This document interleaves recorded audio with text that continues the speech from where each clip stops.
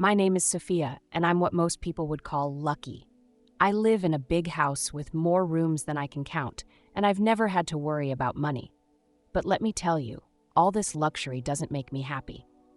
Every morning I wake up in my huge, soft bed and look around my room. It's beautiful, sure, but it feels empty. I have everything I could ever want, but something's missing. I can't quite put my finger on it, but there's this hollow feeling in my chest that won't go away. My days are filled with fancy parties, shopping trips, and charity events. I smile and laugh, but inside I'm bored. I want something more, something real. But I don't know what that is. To make matters worse, my parents are always on my case about getting married. They've picked out this guy, Richard, who comes from another wealthy family. He's handsome and charming, I guess, but when I'm with him, I feel nothing. No spark, no excitement, just nothing. Sophia, darling, my mother says at least once a day, Richard is such a catch. You two would make the perfect couple. I try to tell her that I don't love him, that I want to find my own way, but she just doesn't listen. My father's even worse. He talks about merging our family businesses, about how strong we'd be together. It's like I'm just a pawn in their game. Every time they bring it up, I feel this weight on my shoulders getting heavier and heavier. I want to scream, to run away, to do something crazy. But I'm trapped in this golden cage, expected to play my part in this world of wealth and status. I go to bed each night feeling lost and alone, wondering if there's more to life than this. I dream of adventure, of true love, of making a real difference in the world. But when I wake up, I'm still here, in this beautiful prison of luxury. I know I should be grateful, but I can't help feeling that there's a whole world out there that I'm missing. I want to break free, to find my own path. But how? That's the question that keeps me up at night, the one I'm desperate to answer. One day, I decided I couldn't take it anymore. I needed to escape, even if just for a little while. I snuck out of the house, ditching my driver and bodyguard. For once, I wanted to see the real world, not through the tinted windows of a luxury car. I walked through the city streets, feeling both excited and scared. Everything looked so different up close. The noise, the smells, the bustling crowds, it was overwhelming but thrilling. As I turned a corner, I nearly tripped over something. To my shock, it was a man sitting on the sidewalk, his back against a brick wall. He looked up at me with the kindest eyes I'd ever seen. "Whoa there, careful now," he said, his voice gentle and warm. "You okay, miss?" I was stunned. Here I was, probably looking lost and out of place, and this man, who clearly had so little, was concerned about me. I'm fine," I stammered. "I'm so sorry, I didn't see you there." He smiled, and it was like the sun coming out from behind clouds. "No harm done. Sometimes we all need to look up from where we're going and see what's around us, right?" His words hit me like a ton of bricks. Wasn't that exactly what I'd been failing to do all this time? I found myself sitting down next to him, not caring about my expensive clothes on the dirty sidewalk. We started talking, and I was amazed. This man, who introduced himself as Tom, was so wise and kind. He told me stories about the city, about the people he'd met, about life on the streets. But there was no bitterness in his words, only compassion and understanding. "Every person has a story," he said, gesturing to the passing crowds. "Rich or poor, we're all just trying to find our way." I felt tears welling up in my eyes. Here was someone who had nothing, yet he seemed to understand more about life than I ever had. As the sun started to set, I realized I'd spent hours talking to Tom. I had to go home, but I didn't want to leave. For the first time in years, I felt like I'd had a real conversation, made a real connection. Walking home, my mind was spinning. I couldn't stop thinking about Tom, about his kindness, his wisdom. I felt like I'd been sleepwalking through life, and now I was finally waking up. I knew one thing for sure. My life would never be the same after this encounter. I just didn't know yet how much it was about to change. For days after meeting Tom, I couldn't stop thinking about him. His words echoed in my mind, making me question everything about my life. Meanwhile, the pressure from my parents about marrying Richard was getting unbearable. I felt like I was suffocating, trapped in a life I didn't want. One sleepless night, a crazy idea popped into my head. It was wild, maybe even a bit wrong, but I couldn't shake it. The next morning, I snuck out again, my heart pounding as I searched the streets for Tom. When I finally found him, I was so nervous I could barely speak. "Tom," I blurted out, "I need your help." He looked at me with those kind eyes, concern written all over his face. "What's wrong, Sophia?" I took a deep breath and spilled everything. About my family, the pressure to marry, how trapped I felt. Then, with shaking hands, I made my proposition. "I know this sounds crazy," I said, "but would you pretend to be my boyfriend?" Tom's eyes widened in shock. I quickly added, "I'll pay you, of course, a lot, enough for you to get back on your feet, maybe even start a new life." I felt awful as soon as the words left my mouth. Was I really trying to buy this kind man's help? But I was desperate. Tom was quiet for a long time. I could see the conflict in his eyes. Finally, he spoke, his voice soft. "Sophia, I don't know if this is right." "I know," I said, tears welling up. "I'm sorry, I shouldn't have asked. It's just, I don't know what else to do." He sighed, running a hand through his graying hair. "I understand being desperate. I've been there." He paused, then continued, "If this can really help you and if you think it's the right thing to do, then I'll do it." Relief washed over me, quickly followed by guilt. "Are you sure?" I asked. Tom nodded slowly. "I am, but Sophia, promise me something. Use this time to figure out what you really want in life. Don't just run away from something. Run towards what you truly desire." His words hit me hard. I realized I hadn't even thought about what I wanted, only what I didn't want. As we shook hands to seal our unusual deal, I felt a mix of excitement and fear. I had no idea what I was getting myself into, but for the first time in forever, I felt like I was taking control of my life. Little did I know, this decision would change everything, in ways I could never have imagined. The next few weeks were a whirlwind. I helped Tom clean up and got him some nice clothes. We spent hours going over his backstory. He was to be a self-made businessman who preferred to keep a low profile. As we practiced, I was amazed at how quickly Tom picked things up. He was smart, really smart. Our first event together was a charity gala. I was so nervous my hands were shaking as we walked in. But Tom, he was as cool as could be. He squeezed my hand and whispered, "Remember, we're just two people who care about each other. Everything else is just noise." To my surprise, we were a hit. Tom charmed everyone with his wit and warmth. He spoke passionately about social issues, impressing even the snobbiest guests. And when we danced, it felt real. There was a connection between us that I couldn't explain. As weeks went by, we attended more events together. Each time I found myself relaxing more, enjoying myself in a way I never had before. Tom had this way of making every conversation interesting, of making people feel heard and valued. I started seeing my world through his eyes, and I didn't always like what I saw. My family was skeptical at first. I could see the doubt in my mother's eyes, the questions in my father's furrowed brow, but even they couldn't resist Tom's charm for long. One night, after a dinner party at our house, my father pulled me aside. "Sophia," he said, looking thoughtful, "this Tom of yours, he's quite something, isn't he?" I felt a surge of pride, followed quickly by guilt. If only they knew the truth. But the most surprising thing was how I felt when I was with Tom. It wasn't just an act anymore. I found myself looking forward to our time together, hanging on his every word. He made me laugh, made me think, made me want to be a better person. One evening, as we were leaving yet another party, Tom turned to me with a serious look. "Sophia," he said softly, "I hope you're finding what you're looking for in all this." I looked into his eyes, and for a moment I forgot how to breathe. I think I am," I whispered. As we drove home in silence, my mind was racing. This charade was becoming something else, something real, and it terrified me, because I was starting to care for Tom, really care for him, and I had no idea what to do about it. I was playing a dangerous game, and I was scared of what would happen when it all came crashing down. But I couldn't stop now. I was in too deep, and my heart was leading me somewhere I never expected to go. As the weeks turned into months, something inside me was changing. Every moment I spent with Tom felt more real, more alive than anything I'd ever experienced. His kindness, his wisdom, the way he saw the world, it was all opening my eyes to things I'd never noticed before.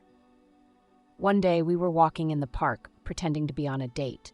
Tom stopped to help an old lady who dropped her groceries. It was such a simple act, but it hit me hard. When was the last time I'd done something like that? When had I last even noticed someone else's struggles? I I started looking at my life differently. The expensive clothes, the fancy parties, the constant pursuit of more, it all seemed so empty. Tom had so little, yet he seemed happier than anyone I knew. He found joy in simple things, a sunny day, a good book, a kind word. "Sophia," he said to me one evening, "true wealth isn't in your bank account.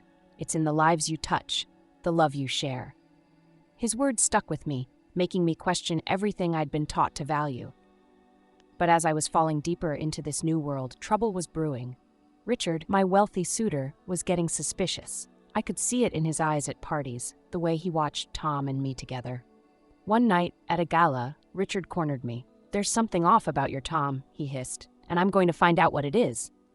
I tried to brush it off, but inside, I was panicking. Richard was powerful and used to getting what he wanted. A few days later, I met Tom in our usual spot in the park. He looked worried. "Sophia," he said, "I think someone's been following me." My heart sank. I knew exactly what was happening. Richard had hired someone to investigate Tom. Sure enough, a week later, Richard showed up at my house looking triumphant. "I know the truth," he said, waving a file in my face. "Your precious Tom is nothing but a homeless bum. You've been lying to everyone." I felt like I couldn't breathe. Our secret was out. But as I stood there facing Richard's smug grin, something strange happened. Instead of feeling ashamed or scared, I felt relieved and angry, not at being caught, but at the world that made this deception necessary. So what if he was homeless? I found myself saying, my voice shaking. "Tom is the most genuine, caring person I've ever met. He has more wisdom and kindness in his little finger than you have in your whole body." Richard looked shocked. He clearly hadn't expected this reaction. "You've lost your mind," he sputtered. "Wait until your parents hear about this." As he stormed out, I sank to the floor, my mind reeling. Our charade was over. Soon, everyone would know the truth. But strangely, I wasn't afraid anymore. I was more worried about Tom, about what this would mean for him. I realized then that my feelings for Tom were real. Somewhere along the way, I'd fallen for him, not despite his background, but because of who he was as a person. And now I had to face the consequences of our deception and my own changing heart. I knew I had some big decisions to make, but one thing was clear. I couldn't go back to my old life, not now that I'd seen what really mattered. The question was, what would I do next? The day after Richard's revelation, my world exploded. My parents called me into the study, their faces a mix of anger and disappointment. Richard was there too, looking smug. The air felt thick with tension as I walked in, my heart pounding. "Sophia," my father began, his voice cold, "is it true? Have you been parading around with a homeless man?" I took a deep breath, feeling a strange calm wash over me. "Yes," I said simply, "it's true." My mother gasped. Richard smirked. But I wasn't finished. "I hired Tom to pretend to be my boyfriend because I was desperate to escape the life you were forcing on me. But something unexpected happened. I fell in love, not with the fake story we created, but with the real Tom, his kindness, his wisdom, his genuine heart." The room erupted in chaos. My mother was crying, my father shouting about family reputation. Richard was going on about how I'd embarrassed him. But as I stood there, watching their reactions, something clicked inside me. "Enough!" I shouted, surprising even myself with the force in my voice. Everyone fell silent. "I've spent my whole life trying to be what you all wanted me to be," I said, my voice shaking but growing stronger with each word. "I've smiled at the right parties, dated the right people, said all the right things, but I've never been happy. Not until I met Tom." I turned to Richard. "You think you've won by exposing Tom's background? All you've done is show me what really matters. Tom may not have money or status, but he has integrity, compassion, and a zest for life that all your wealth can't buy." Facing my parents, I continued, "I know you think you want what's best for me, but can't you see? This life, this endless pursuit of more money, more status, it's empty. Tom showed me what it means to truly live, to care about others, to find joy in simple things." My father's face was red with anger. "You'll be cut off," he threatened. "No more money, no more privileges." I felt a weight lift off my shoulders. "Then I'll be free," I said, smiling through my tears, "free to live a life that means something." My mother reached out to me, her eyes pleading. "Darling, think about what you're saying. You can't throw everything away for some man off the street." I'm not throwing anything away, Mom, I said gently. I'm choosing love. Real love. The kind that makes you a better person. The kind that gives life meaning.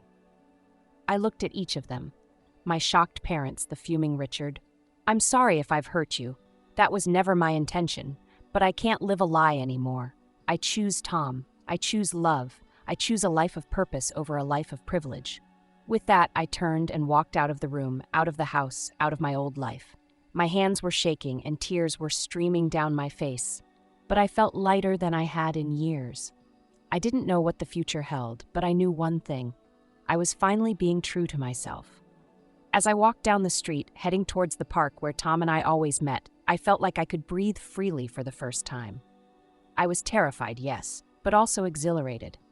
I had chosen love over money, authenticity over status. Now I just hoped Tom felt the same way. I found Tom sitting on our usual bench in the park, looking worried. When he saw me, his face lit up, then quickly clouded with concern. Sophia, what happened? You look like you've been crying. I sat down next to him, my emotions a jumble of fear, excitement, and love. Tom, I said, taking his hands in mine, they know. About you, about us, everything. I told him about Richard's investigation, the confrontation with my family, and my decision to choose love over my old life. As I spoke, I watched Tom's face, afraid of what I might see. But all I saw was warmth and understanding. When I finished, Tom was quiet for a long moment. Then he squeezed my hands and said, Sophia, there's something I need to tell you too. My heart skipped a beat as he began his story. I wasn't always homeless, he said softly. Once I was like you. I had wealth, status, everything society says we should want. He told me about his past life as a successful businessman, his big house, his expensive cars. But then came the tragedy, a car accident that took his wife and child. In one moment, I lost everything that truly mattered, he said, his voice breaking. Tom explained how that loss made him reevaluate everything.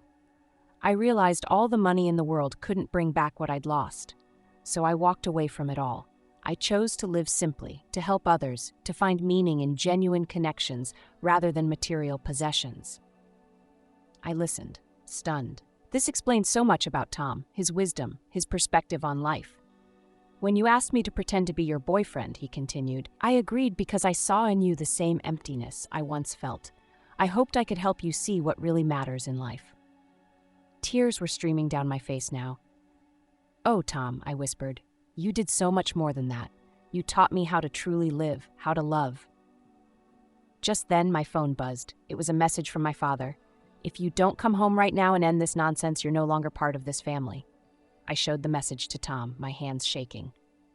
He looked at me with concern. Sophia, I never meant for you to lose your family over me. Maybe we should, but I cut him off. No, Tom. I've made my choice.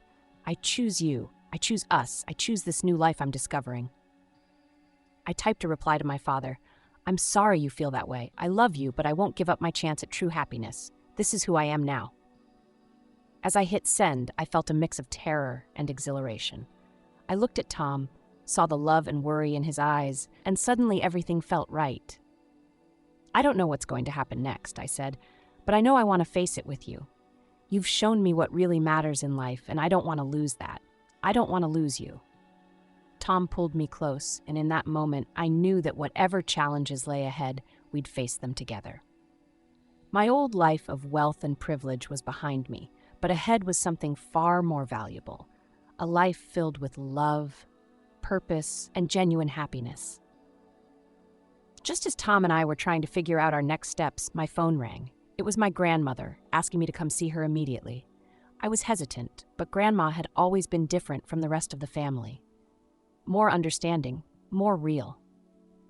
When Tom and I arrived at her estate, I was shocked to see my parents and Richard there too. My heart raced, fearing another confrontation. But then Grandma stood up, a mischievous twinkle in her eye. It's time you all knew the truth, she announced. This whole situation was my doing. The room fell silent. I felt like I couldn't breathe. What did she mean? Grandma explained how she'd watched our family become more obsessed with wealth and status over the years, losing sight of what truly mattered. I wanted to see if there was hope for this family, she said. So I devised a test. She turned to Tom. I'm sorry for the deception, dear. I knew your story, your past. I arranged for Sophia to meet you, hoping she might learn from your wisdom. I couldn't believe my ears. Tom looked equally stunned. But Grandma, I sputtered, why go to such extremes? She smiled softly. Because sometimes we need to lose everything to realize what we truly value. Sophia, you've shown that you have the strength to choose love and authenticity over wealth and status. You've made me proud. Tears welled up in my eyes as I looked around the room. My parents seemed shocked, but there was something else in their eyes too, a glimmer of understanding, perhaps even pride. Richard stormed out, but I hardly noticed. I was too focused on Tom, who was looking at me with a mix of amazement and love. So what happens now? I asked, my voice shaky. Grandma's eyes twinkled. That, my dear, is up to you, but I have a suggestion. She proposed that Tom and I use our experiences, his past wealth and knowledge of homelessness, my newfound understanding of true value, to make a real difference. She offered to fund a foundation run by us to address homelessness and promote compassion in our community. I looked at Tom, my heart swelling with love and excitement. What do you think? I asked. He smiled, squeezing my hand. I think we have a chance to turn our story into something beautiful, something that can help others. Over the next few months, our lives transformed. We threw ourselves into creating the foundation, using Tom's first-hand experience and my connections to make real change. We set up shelters, job training programs, and community outreach initiatives. My parents, inspired by my transformation and Grandma's wisdom, became involved too. Slowly, our family began to heal, united by a common purpose bigger than ourselves. As for Tom and me, our love deepened with each passing day. We moved into a modest house, enjoying the simple pleasures of life while working tirelessly for our cause. One evening, as we sat on our porch watching the sunset, Tom turned to me. You know, he said softly, when I lost everything, I thought my life was over. But now I realize it was just beginning. Thank you for being part of my new journey. I leaned into him, overwhelmed with gratitude. No, thank you, I whispered. You showed me what truly matters in life. Love, compassion, purpose. That's real wealth. As the sky turned golden, I marveled at how far we'd come. From a desperate plan and a chance encounter to a love that transformed not just our lives, but the lives of so many others. It wasn't always easy, but it was real. And it was ours. And in that moment, I knew that no matter what challenges lay ahead, we'd face them together, rich in the things that truly matter. 5 years have passed since that life-changing day on the porch. Tom and I are sitting in our small but cozy living room, surrounded by photos of the people we've helped and the community we've built. Our modest home is filled with warmth and laughter, a far cry from the cold, echoing mansion of my past. As I look at Tom, his hair a little grayer, but his eyes still sparkling with kindness, I'm struck by how much has changed. We live simply now, but our lives are richer than I ever could have imagined. Our foundation has grown beyond our wildest dreams. What started as a small initiative has blossomed into a citywide movement. We've helped hundreds of homeless individuals find housing and jobs, but more importantly, we've changed the way our community thinks about wealth and success. I remember the day we opened our 10th shelter. As I cut the ribbon, I saw faces in the crowd that I never would have noticed in my old life. There was Maria, a former addict who now runs our counseling program, and Jake, once a Wall Street executive who lost everything, now teaching financial literacy to at-risk youth. Each of them a testament to the power of second chances and the true meaning of wealth. Our work hasn't just changed others, it's changed us too. My parents, once obsessed with status, now volunteer regularly. They've discovered a joy in giving that no amount of money could buy. Even some of my old socialite friends have joined our cause, finding purpose in helping others. As the sun sets outside our window, Tom takes my hand. Do you ever miss your old life? He asks softly. I smile, thinking back to the scared, empty girl I once was. Not for a second, I reply honestly. Everything I have now, our love, our purpose, the lives we've touched, it's worth more than all the riches in the world. Just then, there's a knock at the door. It's a group of local teenagers, eager to discuss their ideas for a new youth outreach program. As they file in, chattering excitedly, I feel a warmth spread through my chest. This is our real legacy, I think. Not the foundation, not the shelters, but this shift in thinking. We've shown our city that true fulfillment comes from connection, from empathy, from making a difference in others' lives. As the night wears on, filled with passionate discussion and heartfelt laughter, I catch Tom's eye across the room. He winks at me, and I feel that same flutter in my heart I felt the day we met. Later, as we're cleaning up, Tom pulls me close. "You know," he says, his voice thick with emotion, "when I lost my family all those years ago, I thought I'd never be happy again. But you, Sophia, you gave me a reason to live, to love again." Tears prick my eyes as I lean into his embrace. "And you showed me what it means to truly live," I whisper. As we stand there, holding each other in our modest little home, surrounded by evidence of the lives we've touched, I know with absolute certainty that this is what happily ever after really looks like. It's not about castles or riches or fairy tale endings. It's about love. Love for each other, love for our community, love for the work we do. It's about waking up each day knowing that we're making a difference, that we're part of something bigger than ourselves.